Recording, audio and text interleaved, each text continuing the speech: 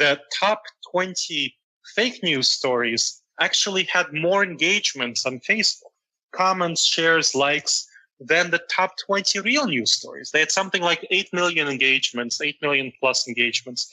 And the real news stories, something like 7 million plus engagements. So the real news stories were being outcompeted by the fake news stories. Yes, it is something very dangerous and something that's very much to be worried about. And there are a lot of players in our news ecosystem that are deliberately trying to infect our news ecosystem with fake news stories to sway our opinions, to sway the opinions of the public in very clear and concrete directions.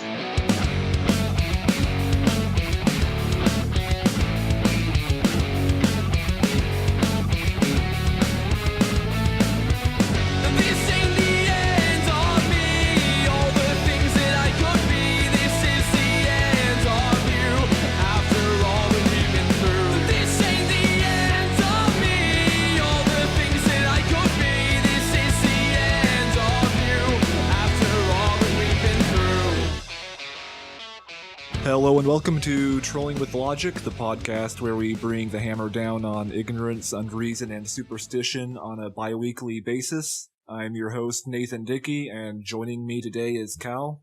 Hi there, Nathan. How's it going? Pretty good. It's just the two of us again. Yep. Our special guest today is Dr. Gleb Tsipursky. Dr. Tsipursky is an author, speaker, and activist specializing in decision-making science and emotional and social intelligence. He serves as assistant professor at Ohio State University of History of Behavioral Sciences. He is also the lead author and organizer of the Pro-Truth Pledge and the broader Pro-Truth movement, and is the president and co-founder of the nonprofit Intentional Insights organization, which is dedicated to promoting truth, reason, and rational thinking in many areas of life through behavioral science-based strategies. Welcome to the show, Dr. Gleb Tsipursky.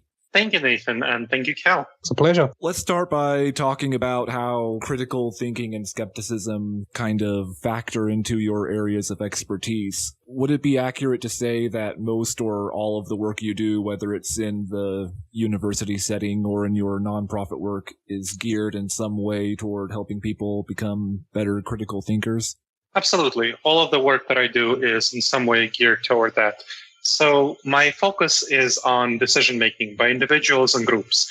And in order to make good decisions, people need to be able to evaluate reality accurately. And the fundamental aspects of critical thinking, what critical thinking is about, is being able to evaluate reality accurately. So having a good epistemology, having a good understanding of our reality, where our knowledge comes from, how we know what we know. And so it's fundamental to all of my work to address these epistemological questions that involve critical thinking, accurate evaluation of reality.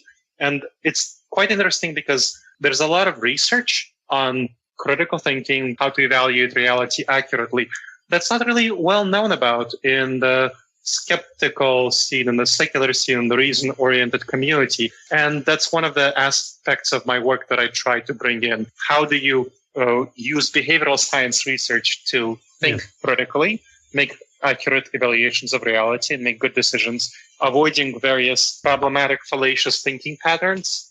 And also, how do you communicate about it to others and get others to think more critically than they currently do? Because we as a movement have done a really poor job at it, as we can see by our society. Now, here in the United States, we have Trump. That's a very unfortunate situation, which shows the irrationality in our society. In the UK, you have Brexit, again, kind of, brought about by lies and deceptions. So we can see that as a movement, we haven't really done much progress in changing our society.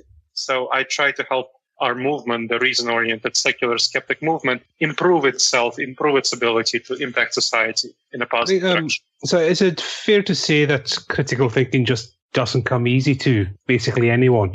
It's something you have to really work at. There's very few people who are born being great critical thinkers. There's nobody who is born being a critical thinker.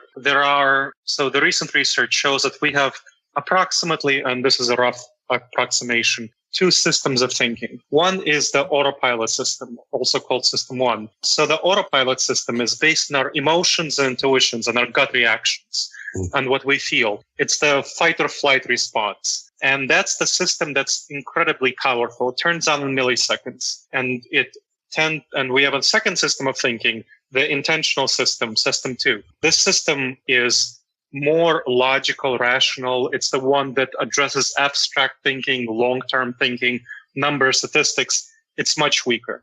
It turns on in about a second as opposed to milliseconds. It's hundreds of times slower.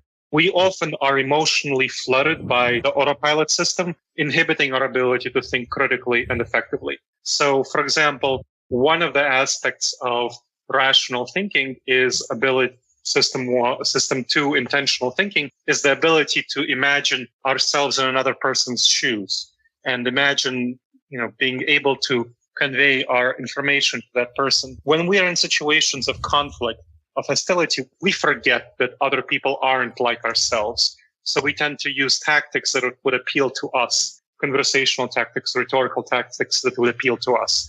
Sometimes for many rational, secular, reason-oriented people, who you're trolling with logic, right? Your audience. That involves debate and rhetoric. But research shows that debate and rhetoric often doesn't work with people who aren't oriented toward logic and reason. However, we tend to default toward debate and rhetoric as though that resonates with many people, and it actually doesn't. So that's an example of where we as rational people actually pursue irrational strategies in our attempts to communicate with others. So it's not intuitive at all to practice rational and critical thinking. We have to be taught rational and critical thinking, and that takes place for schooling, for education, and so on. And that's a process of becoming, civilized in a way. So our natural intuitions are to be not rational. And I think it's relatively recently in history that human beings have begun to understand ourselves as not being primarily rational. 300 years ago, during the Enlightenment, that movement was all about elevating humans as the so-called rational animal, and that's what the Enlightenment was all about and made us out to be. But that turns out not to be the case, and it's only in the last maybe 200 or 150 years that we've begun to see that we're not quite the rational animal we thought we were. Yeah. Is there a hope for us as a species, and can we reasonably strive to become a rational species and not first and foremost a reactionary species based on our primitive brain? Yeah, so let's dig into that a little bit. So we as a species are always going to be emotional and intuitive. That's going to be fundamental drivers. And that doesn't mean it's a bad thing. So the crucial thing, what the recent research suggests is necessary to do, is to harness our autopilot system and train it to be more effective. So, for example, our emotions and intuitions are essentially habits. And we are born with certain mental habits, mental patterns that cause us to make bad decisions. For example, one of the fundamental patterns that is highly problematic is called emotional reasoning, where if we feel something is true, we believe it is true. So, for example, this is what causes us to disbelieve statements of others that are based on reality. If the statement makes us uncomfortable, for example, religious people are uncomfortable with the idea that God may not exist, and they're uncomfortable with the idea, if they're Christians, that Christ may not have existed or may have been a mortal man or something like that. So they tend to shut down when they hear these statements. Now, that's an emotional reaction. We can actually, what the research shows, and for this, the same thing applies to rational, reasonable people. So when we hear a statement that goes against our political beliefs, we tend to shut down. We tend to shut down our rational thinking, and we have either a defensive response or an aggressive response. And this happens in all areas of life. So, for example, if you think of when you're facing your boss who's giving you some constructive, critical feedback, the temptation is for people who are more aggressive-oriented to yell back at the boss, and for people who are more defensive-oriented, whose natural inclinations are more defensive, to shut down, put their fingers in their ears and say, la, la, la, I can't hear you. Neither of those things are rational. Neither of those things are going to help you keep your job. But we have to train ourselves to not do that. In the same way, we have to train ourselves to not do that when we hear statements with which we disagree. After a while of training ourselves, of changing our intuitive patterns, we develop new mental habits, new intuitions, new emotions. So by this time, when I hear a statement, I'll give myself as an example because I've trained myself. When I hear a statement that goes against my natural inclinations and beliefs, I become curious. I become, oh, kind of, that's really interesting. Tell me more about that. I want to learn, as opposed to, oh, that can't be right. Go and shut up and I'm not going to listen to you. Yeah. Not a healthy reaction. So the crucial thing then is not to just orient toward logical and rational thinking all the time, but to retrain ourselves, to retrain our autopilot system. Use our rational thinking to retrain our autopilot system to have more healthy reactions. And after we retrain our thinking patterns, how do we then ever hope to get through to someone who holds false beliefs and convince them to accept the facts that go against their feelings? Because recent research by neuroscientists has demonstrated, for example, that the same region of the human brain responsible for belief generation, the ventromedial prefrontal cortex, is also used for processing ordinary facts, which means that our brains process objective facts and personal opinions in essentially the same way. So what are some strategies that you know of to get around that? So that is a really important point, and that's something I've done quite a bit of research on, and I'll give you some examples from my conversations with conservative talk show hosts. And so there's a conservative talk show host named Scott Sloan. He's well known in the reason-oriented community for having a debate with Aaron Ra about the Kentucky Ark exhibit. So, and the Ark exhibit is basically an exhibit of animals that supposedly went into the Ark and, all that bullshit. So Aaron Ra called him a conservative Christian. And Scott Sloan is a conservative Christian. And he is a pretty prominent one. He had Donald Trump on his radio show prior to me coming on the radio show. See, pretty big deal. So I went on his radio show to talk about Muslims and terrorists. Now, this was after an terrorist attack at the university where I teach at Ohio State University by terrorists, Muslim terrorists. So I went on his radio show and talked about it. And he, as you can imagine, was expressing some, pretty harsh negative judgments about Muslims and terrorists. So I talked to him. I said, hey, I totally understand how you feel. It's very natural and intuitive to have these gut reactions toward Muslims and to have fear and anger toward them. Totally understandable, totally natural. And then I talked about kind of the same situation with the boss. Sometimes our natural emotions and intuitions cause us to make bad decisions. So let's see if this is the same situation in this case. So I said that, well, what do we want to happen here? We want safety and security. So safety and security is our goal. Our goal is not to bash Muslims. Our goal is safety and security. And so he resonated with that. He was like, yes, our goal is to safety and security, regardless of Muslims. So safety and security. And here I was strategic. My primary goal with Muslims is civil rights, not safety and security. But I have a secondary goal of safety and security. So I know the research by Jonathan Haidt shows that conservatives tend to value safety and security over things like civil rights and social justice.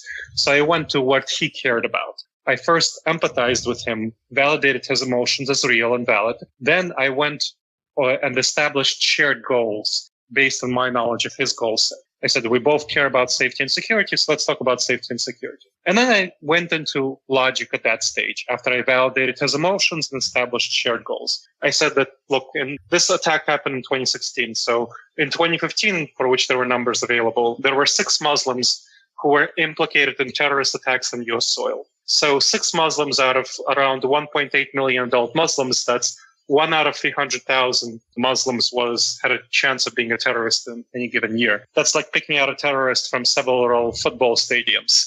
Not a high probability. So that's one. So if we will waste a lot of resources of safety and security, if we start doing heavy policing of Muslim communities, as people like Donald Trump and Ted Cruz have proposed. That's one. Second, the FBI has said a number of times that it really appreciates Muslim communities for helping root out terrorists in their midst. Now, if we start policing Muslim communities heavily, they'll be much less likely to help us out on those issues. That's 2. Second, or third, the Al-Shabaab and other terrorist organizations are already using anti-Muslim rhetoric by Donald Trump to recruit Muslims in the United States as terrorists. So if we do more heavy policing of Muslim communities, they will be much more likely to recruit more terrorists. So if we persecute Muslims, in these various ways, criticize them heavily, we will be less safe, not more safe, Scott. We will compromise our safety and security. And so for the sake of our safety and security, we need to be more inclusive toward Muslims and tolerant toward them and not police them heavily, even though our emotions tell us to be afraid and angry of them. We need to go against our emotions. We need to go against emotional reasoning and actually be inclusive toward Muslims. And Scott updated on that. He's like, yes, that makes sense. We should be nice and, toward Muslims, even if we don't feel like it. So this is a strategy that you're going to employ in any sort of situation. You don't go toward logic first. Never go toward logic first.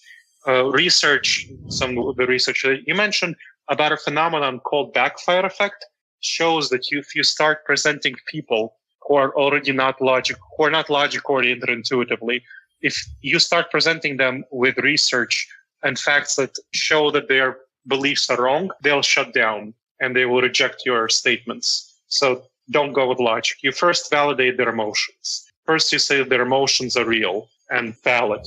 And then you establish shared goals. Then from that, once you validate their emotions, establish shared goals, you lead out with logic and show how by logic you can establish your shared goals better by pursuing a truth-oriented perspective. So that's the path that you would want to use with someone who is not oriented toward reason and logic. Yeah, it's really, so like take another kind of example. One that comes up very often is the whole GMOs and Monsanto. So just say you're dealing with someone who believes Monsanto's the great evil. So how would you first approach that? Just using the model you just discussed. So that would depend on why they believe Monsanto is a great evil. I mentioned that Jonathan Haidt's research shows that conservatives tend to have a strong orientation towards safety and security. And if you don't know somebody's reasoning for their beliefs, what you'd first want to do is ask, use curiosity, figure out, street epistemology is a really good technique for this. Okay. So street epistemology helps you explore people's beliefs and figure out why they have certain beliefs that they do. And you want to figure out why they have the beliefs about Monsanto. You can't orient toward addressing their beliefs unless you understand their beliefs. So first you figure out why they have the beliefs. And throughout that process of figuring out, you empathize with them. You kind of validate their emotions as real. Even though they may not be indicative of reality, they still are real for that person. They feel bad about Monsanto, or they might, let's say they have a story that they tell themselves about, Monsanto poisoning a lot of people. Okay, yeah. And then you figure out, oh, hey, so I hear that you're really concerned about, people being poisoned. That's totally legit. And I totally understand where you're coming from. That's really bad. So let's figure out, how we can address people being poisoned. And it sounds like what you really care about is, people not being harmed. So let's consider the total, weight of how people are harmed by GMOs versus how they're benefited by GMOs. And so let's consider the evidence now that we established these shared goals, that what you really care about is people not being harmed. To what extent are GMOs harming people, and to what extent are they helping people? And so we could have a full balance and a full scale. And then you proceed from that with the logic of how GMOs actually help people much more than they harm people. All right. Yeah. It's kind of, because the debate we come across a lot, because in the past we have had some representatives from Monsanto on the show, and it's one of the subjects we notice generates such a strong reaction. Just, like I say, just the word Monsanto seems to trigger a lot of people. So, yeah, just like that's why I was asking, so I might try using that in the future on some of the commentators we get. Yeah, try using it. And one of the things that, it really helps when you acknowledge the harm done by GMOs, because there has been harm in the past. Things like super weeds have come from GMOs and stuff like that. So that would go in the con column, in the actual harm column. And so then if you have a whole balancing of, the total weight, GMOs are much more helpful than they're harmful. But people tend to forget the positive column. So you kind of draw attention to the positive column, and you actually figure out the whole weight based on the person's actual goals. Mm-hmm. That makes a lot of sense. Let's dive into a subject that's been an area of some concern to a lot of people for the past year, namely fake news.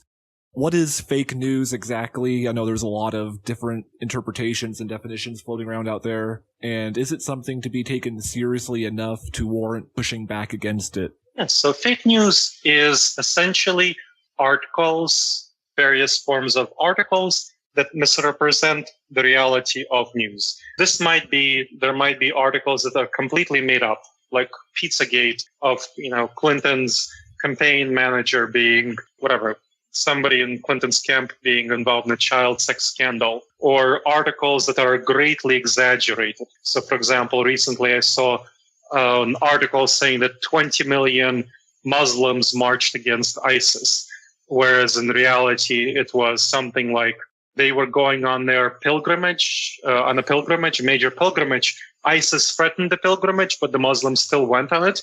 They weren't marching against ISIS. They were going on the pilgrimage. So that's kind of, an example of a great exaggeration, and various other things like this. So either completely made up or great exaggerations of reality for a certain partisan purpose.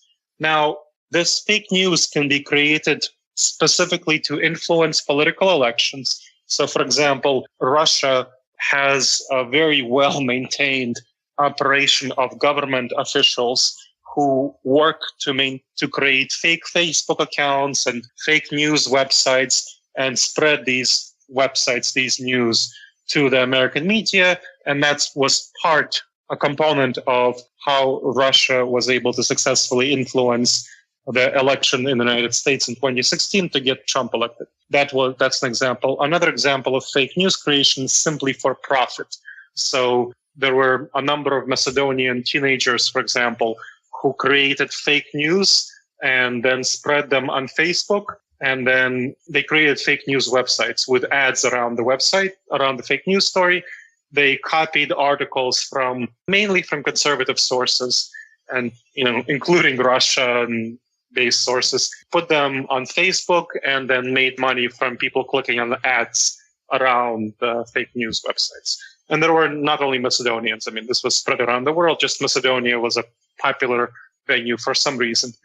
They were able to make a lot of money on this. So that's fake news. Now, in addition to fake news is a broader subcategory of something called viral deception. Viral deception is all sorts of things that are meant to deceive people and at the same time be popularly shared. So fake news specifically refers to articles. Viral deception can refer to memes. That's a common type of viral deception, where a meme says something. One piece of viral deception I saw going around was a tweet that Donald Trump supposedly made, where he was critical of having disabled children in American school classrooms. Now, that was actually later shown to be a piece of viral deception. It was a Photoshop tweet. It wasn't fake news. It was a Photoshop tweet. So he didn't actually say that. I mean, he said many nasty and bad things, but not that. So that's an example of viral deception. And so all of these things are examples of viral deception. Fake news is a type of viral deception. And there's definitely reasons to be concerned. Now, for example, on Facebook, there was a study done by BuzzFeed News of the top 20 fake news stories compared to the top 20 real news stories shared and engaged with on Facebook in the months before the 2016 election, 3 months before the 2016 election. So they studied the top 20 fake news stories, completely made up, not real news stories at all. And the top 20 news stories from real credible websites, things like CNN, things like Wall Street Journal, things like New York Times. So things that were right-wing, left-wing, and center, and that were credible websites. And they found that in the 3 months before the 2016 election, the top 20 fake news stories actually had more engagements on Facebook, comments, shares, likes, than the top 20 real news stories. They had something like 8 million engagements, 8 million plus engagements. And the real news stories, something like 7 million plus engagements. So the real news stories were being outcompeted by the fake news stories. Yes, it is something very dangerous and something that's very much to be worried about. And there are a lot of players in our news ecosystem that are deliberately trying to infect our news ecosystem with fake news stories to sway our opinions, to sway the opinions of the public in very clear and concrete directions. So, for example, there was an interview done with members of the Trump campaign by Bloomberg Businessweek in October 2016. And the Trump campaign members went on record to say that they had 3 major voter suppression operations underway using Facebook. So they made ads that were targeted at certain key demographics in Hillary Clinton's voter base, who they specifically tried to suppress. And they targeted these ads at voters in those demographics in key swing states. For example, they targeted African Americans. They made videos that had an image of Hillary Clinton and said that Hillary Clinton believes that African Americans are super predators, which she doesn't. But they said that she did. They lied. And they distributed that video to African Americans in key swing states using Facebook's targeting mechanisms. And, well, what do you know? There were much less African Americans voting than there could have potentially been after they got those fake news, after they get that form of viral deception. It's not fake news, it's just viral deception. Mm-hmm. So, and they made similar ones targeting women and targeting young, idealistic former Bernie Sanders supporters. So they were, we have clear evidence of quite effective use of viral deception to suppress voters and to just, really damage our election process. It's something to be really worried about. And I guess the age of the internet and modern media technology kind of enhances or makes this problem as bad as it can be. But do you believe fake news or alternative facts, these phrases that have been on everybody's minds for the past year, is this a new phenomenon, or are there instances of it happening in history at other times, and it's just now being noticed in a big way because of modern technology? I think fake news and alternative facts in American history have been previously decreased by the filters that were available. So this is something that I'm doing quite a bit of research on. I'm writing a book called Alternative to Alternative Facts, Fighting Post-Truth Politics with Behavioral Science. One of the chapters in this book is called The Decline of Mass Media Influence. And so mass media, meaning traditional media channels that I shared, reputable news websites, they were filters. They filtered out a lot of fake news and alternative facts before they shared this information with the audience. So basically, politicians and other people who are trying to spread fake news, they had a difficult time of getting to the audience, the ordinary audience, who, as we talked about before, the large majority of whom are not trained in critical thinking. So they're unable to evaluate the information coming to them in a really comprehensive manner. Unlike the audience for Trolling with Logic, who have been trained in critical thinking, otherwise they wouldn't be listening to this show. Yeah. They have been trained in critical thinking. They are able to do this. Most people are not. And so previously, the filters of mainstream media, who are obliged by various professional codes of conduct and so on, they were able to filter out a lot of fake news and alternative facts. Now, that doesn't mean that some didn't come through, but what tended to not come through was certain topics not being covered. They weren't doing clear deception about these topics. They were just not covering certain topics. So there was deception by omission, but not the spreading of fake news and alternative facts. And so now, with the age of social media, when tweets by Trump are reshared incredibly widely and fake news articles are able to be targeted at specific constituents to cause them to vote differently in key swing states, and when Russia has a very it's supremely effective troll farm. These are called troll farms, where essentially government officials, people who are paid by the government, go and they create fake social media accounts that look like, let's say, conservative, swing state Republicans and Democrats that share fake news articles and influence people around them. They really appear to be real people. They appear to influence, and they actually strongly influence people around them. Now people are really inundated by fake news.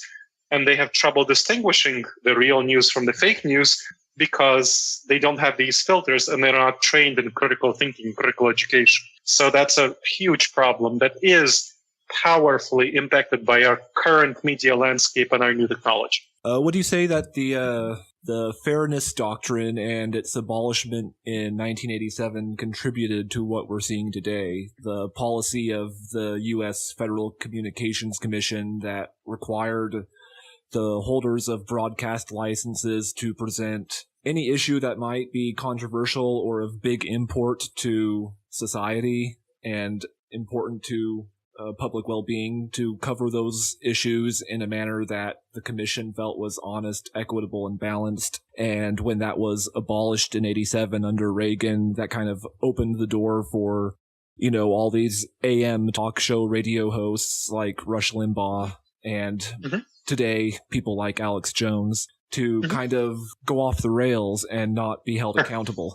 Yeah, I think that's an issue, but it's not nearly as much of an issue as things like alternative facts and social media, fake news sharing. Those are real things. But if we look back at the history of the United States, let's say before the fairness doctrine was established in the 1910s, 1920s, you'd see newspapers that had very biased perspectives and they weren't covering issues in a very fair way at all. So you had that previously in American history and in other histories as well. You had that in Britain, you had that everywhere. Yes. So the fairness doctrine is something that did definitely help, but it's compared to other things like fake news and social media, it's a much smaller factor of what is causing our current media problem in the U.S. society. Now, the abolishment of the fairness doctrine did contribute to the decline of trust in the media, and that's definitely a factor. But the fake news has been quite a bit more of a factor in decline of trust in the media than the abolishment of the fairness doctrine. So, for example, if you look at polls on trust in the media, you'll see that trust in the media among Republicans has stayed fairly stable from the early 2000s to 2015. But in 2015, you see a drop by more than half of trust in the mainstream media and fact-checking by Republicans. That's due to the Trump effect and to fake news. So from 2015 to 2016, a drop by more than half. That's a catastrophic drop in trust among Republicans in the mainstream media. And so there has been a fall due to the fairness doctrine. But I think the fairness doctrine is not something that we can do something about. However, we can do something about fake news and we can do something about critical education. And those are things that I'm really working on through Intentional Insights, for the Pro-Truth Pledge, for the Rational Politics Project to do something about. And that's something that we can do something about as a society to address these huge problems. Yeah, on a related note to fake news and kind of diving even deeper into like the root cause of all these problems, what is post-truth politics? So post-truth politics is the term that Oxford Dictionary chose as its word of the year in 2016, referring to politics where lies, appeals to personal beliefs, appeals to emotions, predominate over facts, over appeals to objective facts. Now, that doesn't mean that people didn't lie in the past. We certainly had President Clinton lied about not having sex with Monica Lewinsky. Barack Obama lied about his lie of the year in 2013 was Barack Obama's promise that you can keep your health care, whatever your health care plan. Bush lied about Iraq having weapons of mass destruction. But in all three cases, these politicians eventually had to backtrack away from their lies when these were revealed.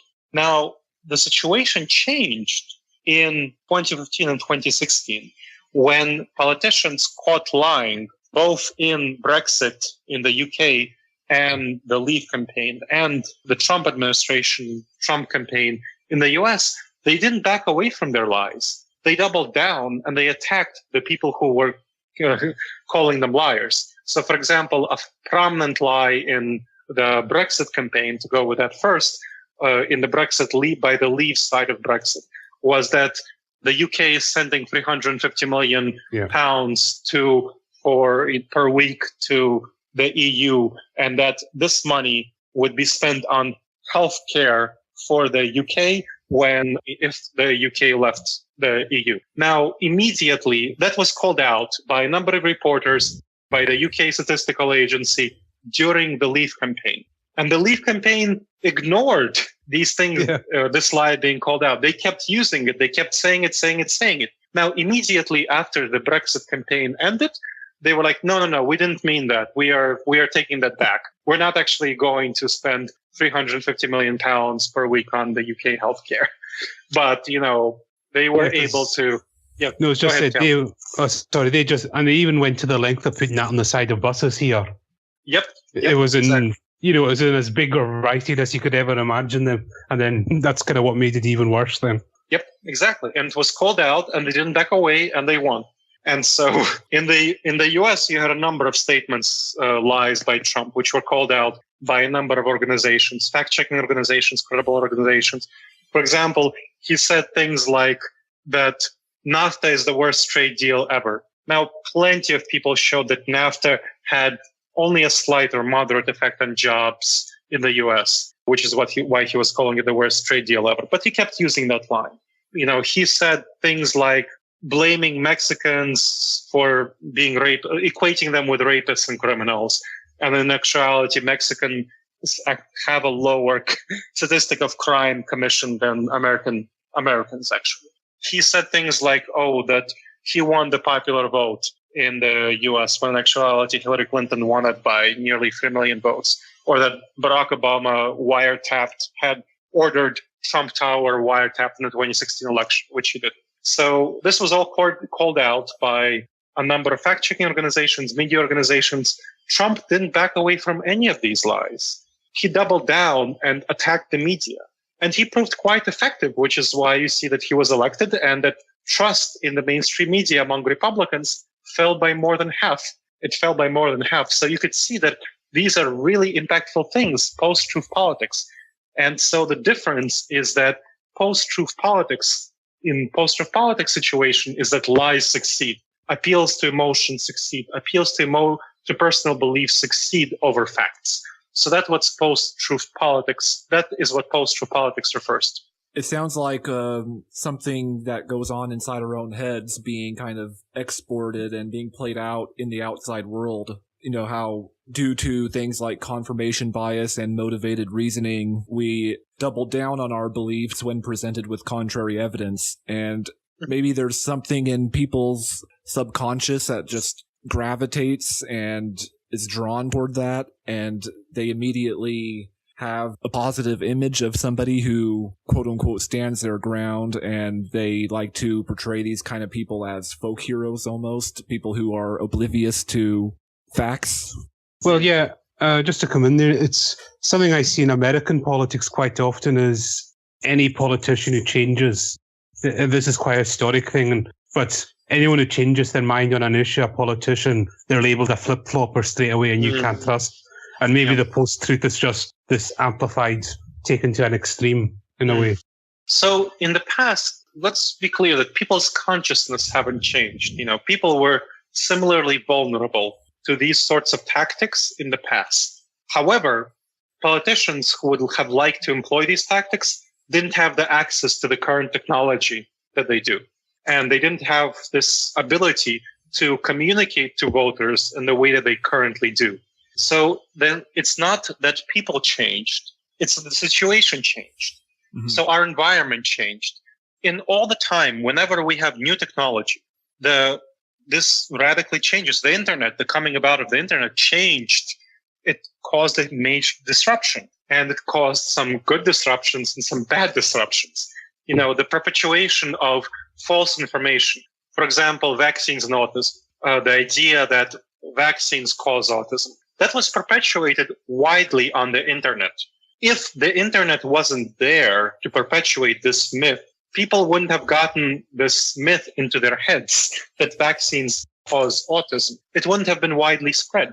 So while the internet spreads a lot of good information, it also spreads a lot of bad information. And social media, which is, the Web 2.0, is the next stage in spreading information, where each of us as individuals can be sources of information, where each of us can have blogs each of us, Tumblr and whatever, each of us can spread our messages in 140 characters on Twitter. Each of us can have 5,000 followers and plus on Facebook. So we as individuals can be sources of this information.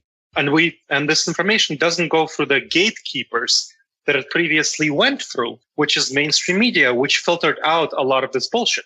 So now that we don't have this bullshit filter, people who previously didn't have an education in critical thinking are just showing that their lack of critical thinking by spreading and accepting this information that they're getting. So the crucial thing is not changes in human consciousness. The human consciousness has stayed stable. Our brains have been, are naturally inclined to believe lies.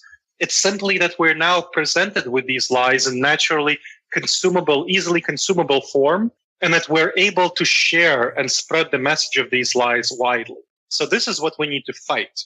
And we need to retrain people's consciousness, and we need to change the dynamics for people so that they're less inclined to spread lies, more inclined to be truthful, and so that we change our incentives for public figures as well to encourage them to not spread lies and be more truthful. And these are the things that we need to change in order to change the dynamics that we're currently facing. And this is a good segue to talk about how exactly to do that. What do we need to do to tilt the scale toward truth and honesty in politics?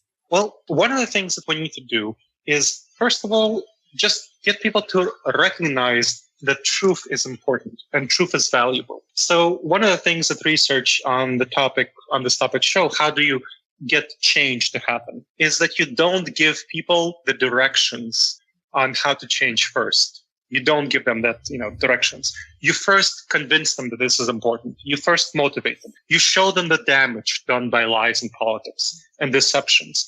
And you get them convinced that this is something important, that that they should do something about it. So raising awareness is something that has worked well for previous movements in the past. And what we're essentially doing is launching a movement for truth, a pro-truth movement, if you will. So to get people to care about truth, get people to care about facts, and get them to be invested into this. And then after you get people invested into this, that's when you give them the strategies. That's when you give them the tools to change. And so to change themselves and to change others around them. And so a good example is the environmental movement. It didn't become big until the 1970s. And in the 1970s, what happened was that a group of environmental advocates got together and said, okay, we need to really spread this idea that pollution is bad, that we need to take care of our health and so on. And you know what happened? Over the next subsequent 30 years, they got us to recycle. I'm recycling, I am doing things like buying green products. I'm setting up composting. And so are so many other people who are recycling. And it's become an ordinary fact of everyday life. Also, I and many other people are pushing our legislators to care about the environment and to pass pro-environmental policies. And so that has been a major change that has really impacted our public sphere. And it all came about from the environmental movement getting through the idea, raising awareness that clean air is important. It's nice to breathe and it's nice to swim in clean water and nice to be able to drink water. And that pollution is bad. Pollution of these things is bad and it's harmful. Previously, people didn't have this notion. They didn't think about this stuff. So the first thing to be aware to do is to raise awareness of the pollution of truth in politics, how that's really, really, really harming and destroying our political system, how that's likely to lead to corruption, to authoritarianism, to really harmful consequences, all from destroying truth and trust in our political system, and how we can do something to address that. Then you go to the techniques, whether it's recycling, recycling in the environmental movement.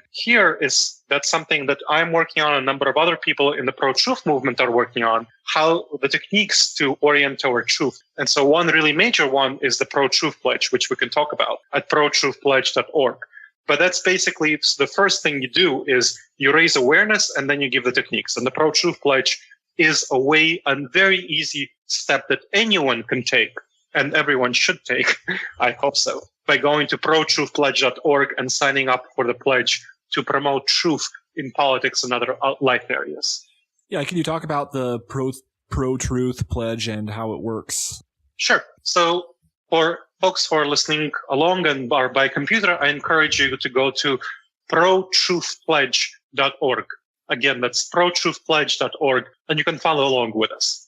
Now, the pledge essentially asks you and everyone to commit to 12 truth-oriented behaviors, and I'll read some of them out loud for folks who aren't by the computer. So this is something, the first behavior is verify.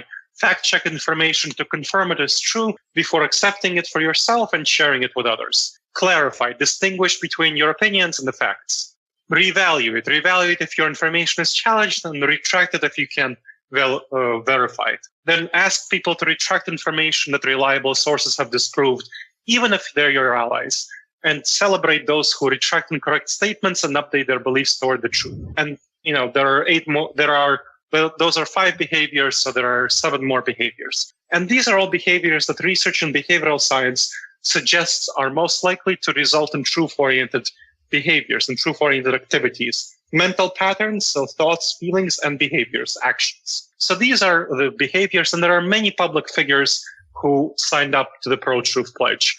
People who folks in the reason-oriented movement might have heard of would include Peter Singer, well-known moral philosopher and advocate. He was the founder of The Life You Can Save. Dan Barker, who is an author and founder of co-president of Freedom from Religion Foundation. August Brunsman, who he's the executive director and co-founder of the Secular Student Alliance.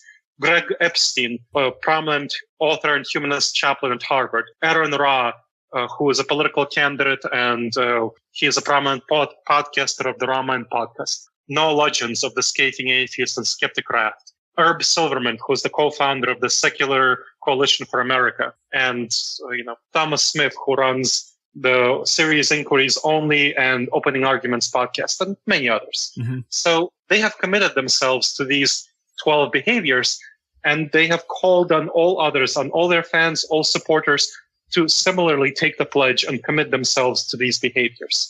So committing yourself to these behaviors, for people who are following along, I encourage you to click on Take the Pledge, which is the orange button, and you can see what kind of things the pledge asks you to fill out. You give your first name, your last name, your email. Then you have the option of giving your phone. That's important to get text messages for action alerts.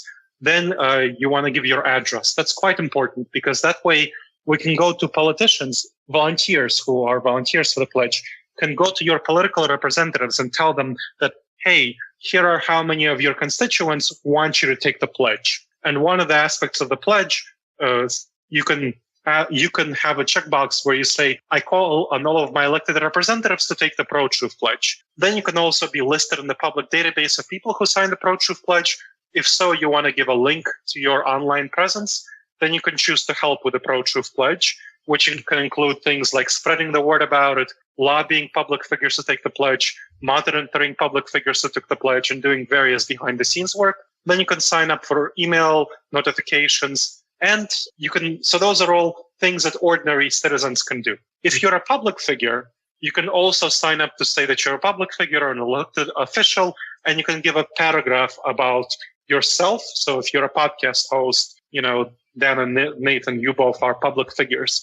So you can give a paragraph about why you chose to take the Pro-Truth Pledge and links to your online presence. And then that would be sent out in email newsletters to people who signed up for those. So that's why it's so important for as many people as possible to sign up to email updates, so that they can get email updates about public figures who took the Pro-Truth Pledge. Is this something you're hoping to make international, so that many of our listeners are based in the UK and elsewhere outside the US? Sure. Is this something that it's an international project? So, for example, Peter Singer he is in Australia and in the US. He holds professorships in both. Christine Shelska is the past president of Atheist Alliance International, and she's based in Canada. She took the Pro-Truth Pledge.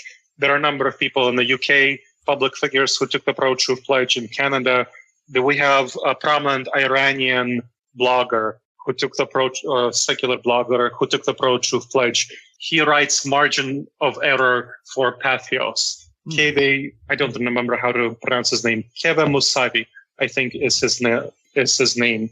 And I think that's an acronym, so he chooses not to reveal his real name because it's so dangerous for Iranian bloggers to reveal, secular bloggers to reveal their actual name. And a number of other people elsewhere have chosen to take the pro-truth pledge around the world. It's an international project. So the goal is to take the pro-truth pledge and then share about it, share with your contact network. So there's research showing that if you do something, your contact network is quite likely to do it. So for example, if you lose weight, your friends are quite a bit more likely to lose weight. If you stop smoking, your friends are more likely to stop smoking. So if you commit yourself publicly to the truth, you're much more likely to get your friends to commit themselves to the truth as well. So what we ask people to do is share publicly that they took the pro-truth pledge on all of their social media, and there's a badge on their website, which we ask them to put on their website, on their social media presence, on their online presence, on their website, on their LinkedIn, for webcast for you, Nathan and Cal. You can put it on your on your podcast that you took the pro-truth pledge. Yeah. So for people like that, for everywhere. So share it as often as possible. When you share an article, you should a news article. We encourage you to share that at the bottom of it. P.S. I took the pro-truth pledge. At protruthpledge.org. I read this article. I consider it credible. Please tell me if you think I'm wrong. Yeah. So that's another way of both improving the impact of what you share on social media. People will be more likely to believe it, and spreading word about the pro-truth pledge. And so there are various ways of spreading word and getting other people to commit to these 12 behaviors. Now that's private citizens. There are other aspects of it that are relevant for public figures that make it more likely for them to take the pledge and also hold them accountable, which we can talk about. But that's for private citizens that I want to talk through first. There was one question I wanted to bring up, and it's kind of playing a bit of devil's advocate. There are a lot of people, their whole reaction... questions. Yeah, the whole reaction to politics in general is, well, they're going to lie anyway, so we just might as well accept it. I mean, how do you respond? Because I do pick up, quite recently here in the UK, and watching the debates with friends and all that, they just say, well, they're all lying. We've just got to decide which one lies the less. I mean, there is a bit of despondency towards... Sure. I mean, how do you kind of get folk to, just be a bit more, well, let's demand better from these people? Sure. So this gets us to the question of public figures and how do you hold them accountable. So the pro-truth pledge holds all public figures who take it accountable. And that's in the third FAQ for people who are following along. How are pledge takers held accountable? So for public figures, private citizens are just held accountable by their own social network. If they share that they took the pro-truth pledge, their social network who knows that they took the pro-truth pledge holds them accountable. We as pledge organizers are not involved in that. For public figures, there are volunteers in the pro-truth pledge network of volunteers who hold public figures accountable. So for example, Peter Singer took the pro-truth pledge. There are now people who evaluate his public statements and monitor his public statements on Twitter, elsewhere, his Facebook statements, and make sure that they are aligned with the facts as their verifiable facts. The pledge applies only to verifiable facts about the public sphere. There are things that can be determined by credible fact-checking websites, things that are obvious lies, for example, when Donald Trump says something like, I didn't say that statement, and we have videotape of him saying that statement, which has happened a number of times. That's the verifiable clear lie. And then also things that go against the scientific consensus. So things like science is the best way that we as human beings have of figuring out the truth about the world, the physical world. So things that go against the scientific consensus are also considered misinformation. So we're making sure that Peter Singer is not sharing anything that can fall within those categories. And similarly, for any public figure, so there are a number of public figures, including politicians, who took the pro-truth pledge.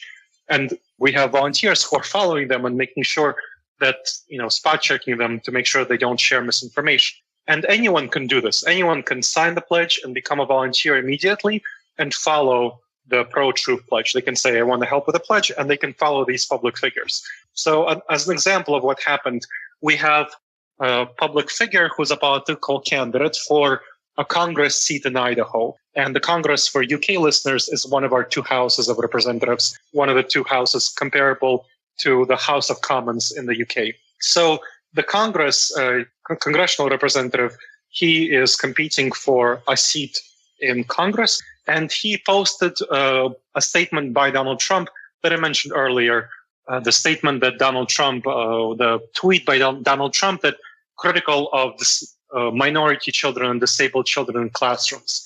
Now, that turned out to not have been actually come from Donald Trump's tweet. And it turned out, he looked for Donald Trump's tweet after he was challenged.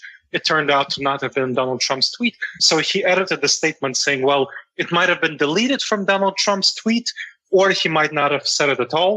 It might have been just a photoshopped image from Donald Trump's tweet. So he edited the statement when he was called out by the pro-truth pledge advocates, saying that because he took the pro-truth pledge, he withdraws that statement. So that's an example of how the pledge works. Now, that worked well when we just approached them and said, hey, what's up with this? Is it actually happened? Now, another situation that we didn't encounter yet so far, but it certainly might viably happen, is if a politician refuses, or another figure refuses to retract that statement. So let's say, the mayor of London made a false statement, and somebody from the pro-truth pledge approached him, and the mayor of London refused to retract the statement, even though a verifiable fact-checking website has shown the statement to be wrong.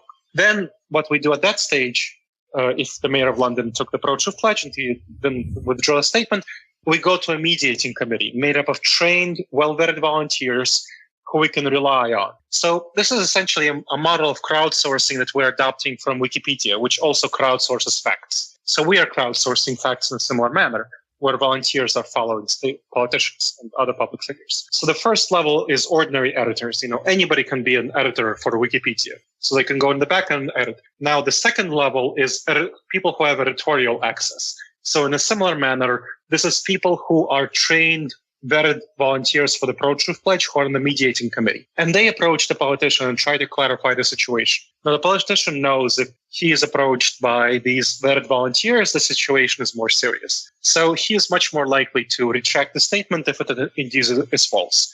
Now, let's say the mayor of London doesn't retract the statement. So he still insists on making that false statement, which the mediating committee can clearly show is false. At that stage, that's when we take out the clause. We get in touch with all the media figures in the London area and tell them that, hey, the mayor is in contempt of the pro-truth pledge. He took the pro-truth pledge. He made this false statement. We have tried to contact him a number of times and get him to retract the statement. He wouldn't. Then we also send an action alert to all the people who signed up for the pro-truth pledge in the London area, which is why it's so important for everyone to sign up for the pro-truth pledge email updates and action alerts, and also give their phone for text action alerts. So they are sent these action alerts and asked to email the mayor, tweet the mayor, call the mayor, post on Facebook, the mayor's Facebook, post on their personal Facebook, write letters to the editor, meet with the mayor, protest the mayor's office, basically raise as big a stink as possible to get the mayor to retract his words. And we also list the mayors in contempt of the pro-truth pledge on the pro-truth pledge website itself. So this is a pretty big hit to someone's reputation through the media. So we're pretty sure that basically, if someone intends to lie, they're much better off not taking the pro-truth pledge at all. So you can tell your friends in London who are very skeptical, in the UK who are very skeptical, that say, hey, I totally hear your skepticism. Here's a clear mechanism where people are held accountable. You can sign the pro-truth pledge yourself, and you can encourage your local member of the House of Commons to sign the pro-truth pledge. And if she signs the pro-truth pledge and then she lies, here's how you hold her accountable. Very clear mechanism, very effective, and quite explainable. Well, that's really cool. Yeah. Nathan, you want to come in there? Yeah, I guess in getting ready to close, let's talk a bit about your forthcoming book, which you already mentioned briefly. Due to be out next year, I believe? Yes, in 2018. called The Alternative to Alternative Facts. What is the scope of this book, and what do you hope it will accomplish? So this book is a manual and manifesto for the pro-truth movement. What it does is it examines, the first part examines the current situation, why we are where we are, why we get to our current stage. So it talks about the media landscape, it talks about the incentives for people, it talks about how our brain is screwed up and how it causes us to believe in falsehoods if we don't have critical training and critical education and so on. Then it talks about how we can get to the next stage, what the pro-truth movement can accomplish. And it calls for a pro-truth movement that explains how it would work. It talks about the pro-truth pledge as a central plank of the pro-truth movement, how that would work. It then talks about effective communication. Some of the stuff you and I talked about earlier, about how do you effectively communicate to people who don't have rational beliefs, who don't have training in critical thinking. How do you communicate to them effectively? And finally, the last chapter is an effective organizing. How can you effectively organize the pro-truth movement? Because right now, what we're focused on, really, in current stage of the pro-truth movement, has a number of things. We are going to ordinary people and trying to encourage them to sign the pro-truth pledge. That involves going to political events, to rallies around the country, and community events, festivals, all sorts of events, and getting signatures for the pro-truth pledge. So getting people to sign up. We need to get as many people signed up as possible to create incentives for politicians to sign up. You remember that paragraph that I said is people can sign up for. Mm-hmm. So that's for politicians, media figures, journalists, and so on. Now, we know that a number of people like Peter Singer, like Aaron Ra, like August Brunsman, Christian Schelska, and so many others will sign up just because they support it. That will be the first wave. But the early adopters will be few and far between. Mm-hmm. We need to get a majority, many more people to adopt the pro-truth pledge.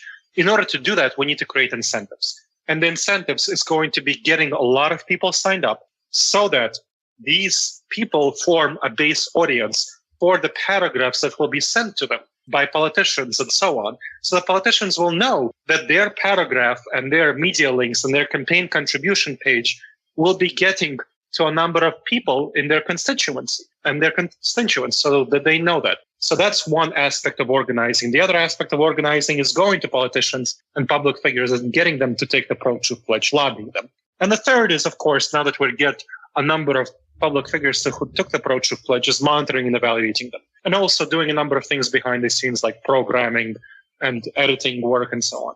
So those are all things that are done both virtually and in person. And many people don't know how to organize these sorts of things effectively. Mm-hmm. So that's the last chapter in the book on effective organized. And that's what the book is about. So that's why I say it's both a manifesto and a manual for the pro-truth movement.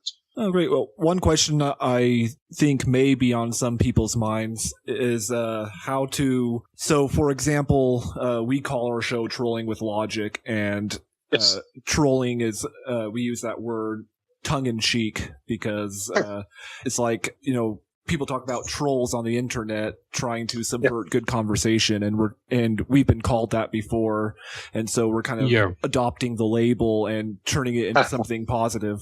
But there are real trolls on the internet, and how do you who do a lot of damage and don't have goodwill? What mechanisms or whatnot do you have in place for the pro-truth movement and the pro-truth pledge to kind of keep trolls from infiltrating and kind of subverting what you're doing? Yeah, that's a very important question. That's why we're using the same mechanisms that that Wikipedia is using. It has had really good experience in addressing the trolling problem. And so that's why we have two levels of volunteers. One level of volunteer is anyone who signs up immediately.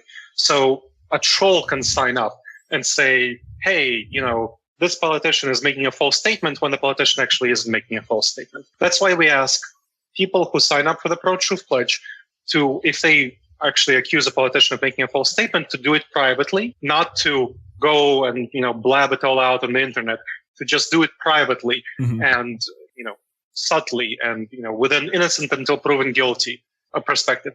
And we don't automatically punish the politician. It's not a gotcha game. We don't automatically punish the politician for making a false statement. We celebrate politicians who retract their false statements and update their beliefs. That's one of the tenets of the pledge. And other public figures. So, Aaron Ra asked sort of questioned when he was deciding whether to take the pledge, because he had a number of people who would make YouTube videos saying, haha, Aaron Ra is wrong. That's not what we want. We want people who are committed to the truth. And one of the aspects of the truth is creating the right incentives for public figures to sign the pledge, which is not calling them out publicly when they might have potentially just misspoken or made a mistake. So that's why we have, we say, hey, if you want to represent the pro-truth pledge, do it, subtly. And if you're not doing it subtly, you're not representing our tenets. So you're not really representing the pro-truth pledge. That's one.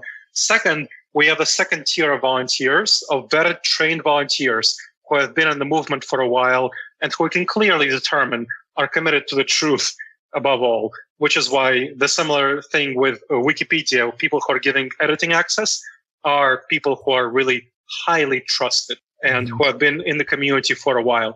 We have a private Slack channel.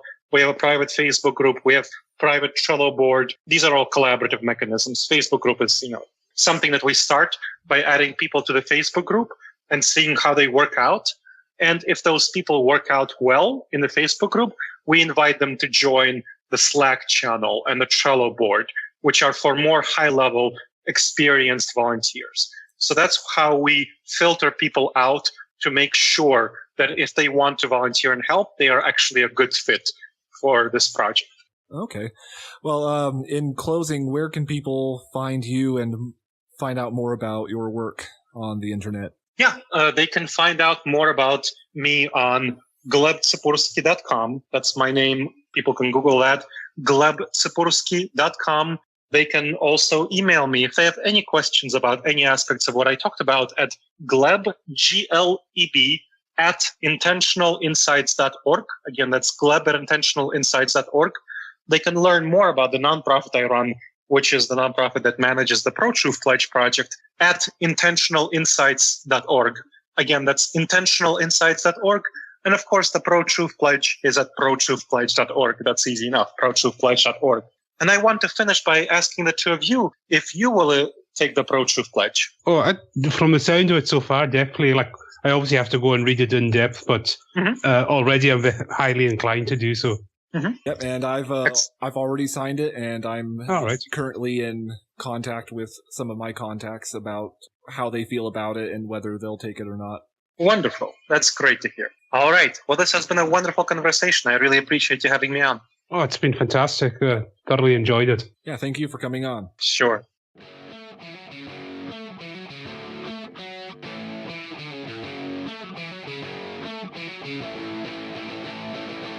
Thank you for listening to Trolling with Logic. If you enjoy this podcast, please consider leaving us a review on iTunes. If you love the show, please consider becoming a patron on Patreon. Supporting us at $5 or more per episode will get you access to exclusive, patron-only bonus content, early access to shows before everyone else, and other incentives. We are an amateur production, but with your patronage, we can help improve our audio quality and cover the costs for doing the show. We are grateful for anything you can pledge to the show. Go to www.patreon.com/trollingwithlogic to sign up if you are so inclined. We want to thank our 3 patrons who currently have chosen to support us. These patrons are Microbloganism, Josh at the Society for the Advancement of Science, and Avinash Kumar. Thank you very much for your support, which is helping us out. Thanks to you 3, we have now been able to hire a professional audio editor, so now you can all look forward to higher quality audio. If you have any suggestions for topics or guests you would like to hear on this show, let us know on Twitter or on our Facebook page. Thanks again for listening.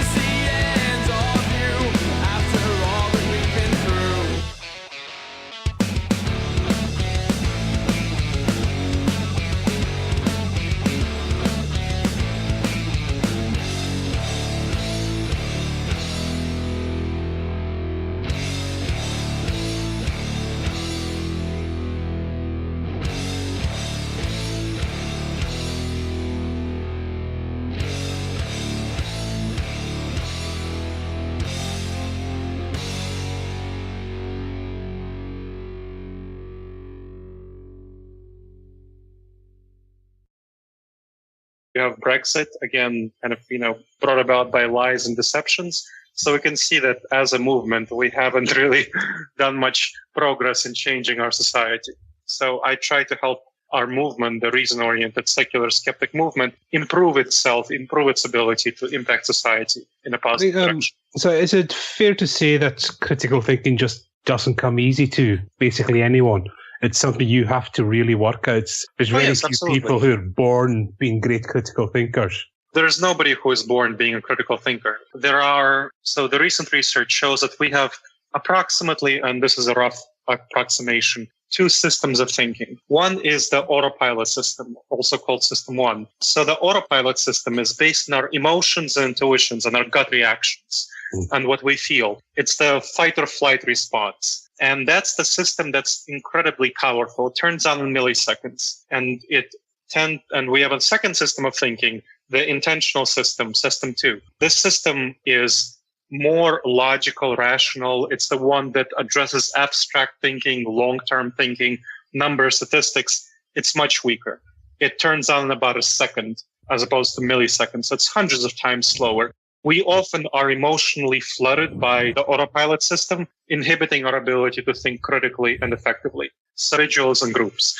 And in order to make good decisions, people need to be able to evaluate reality accurately. And the fundamental aspects of critical thinking, what critical thinking is about, is being able to evaluate reality accurately. So having a good epistemology, having a good understanding of our reality, where our knowledge comes from, how we know what we know. And so it's fundamental to all of my work to address these epistemological questions that involve critical thinking, accurate evaluation of reality.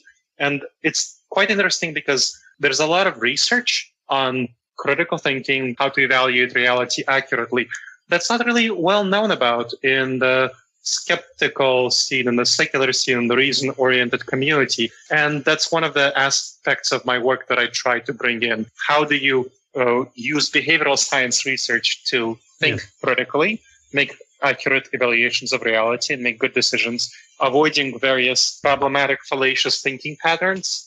And also, how do you communicate about it to others and get others to think more critically than they currently do? Because we as a movement have done a really poor job at it, as we can see by our society.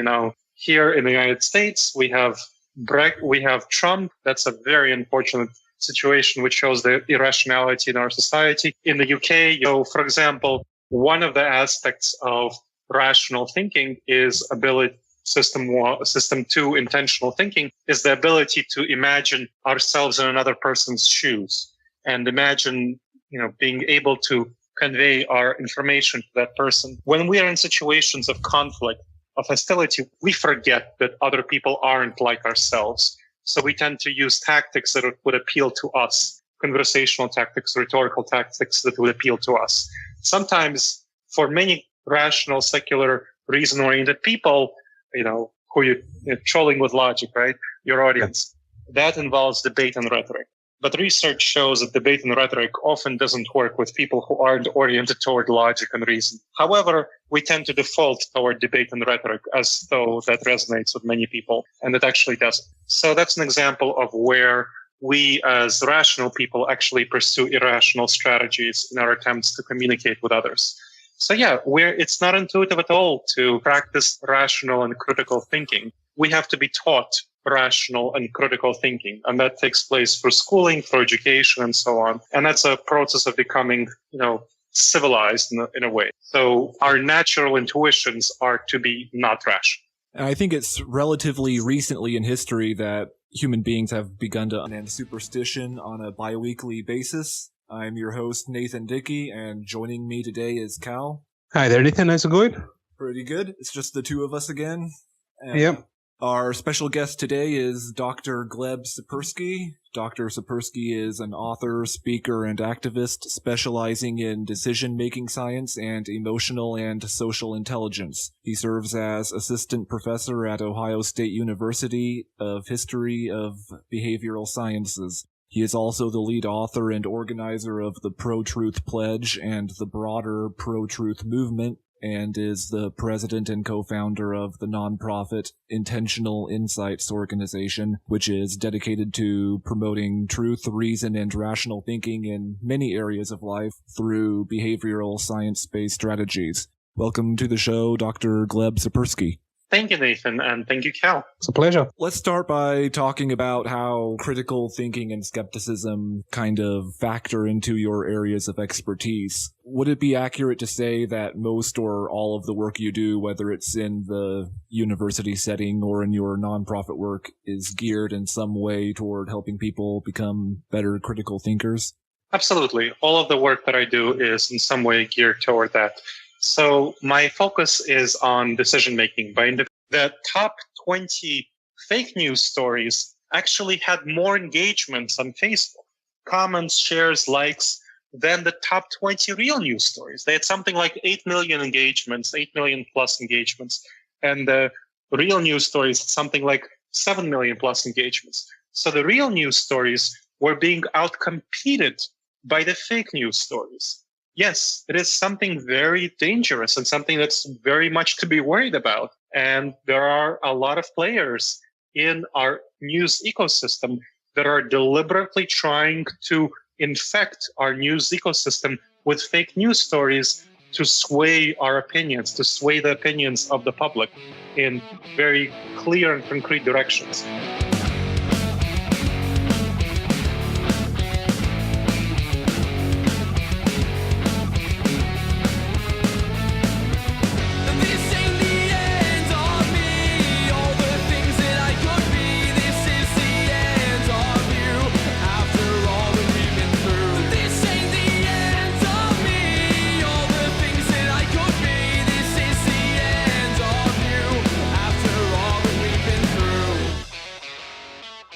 Hello and welcome to Trolling with Logic, the podcast where we bring the hammer down on ignorance, unreason,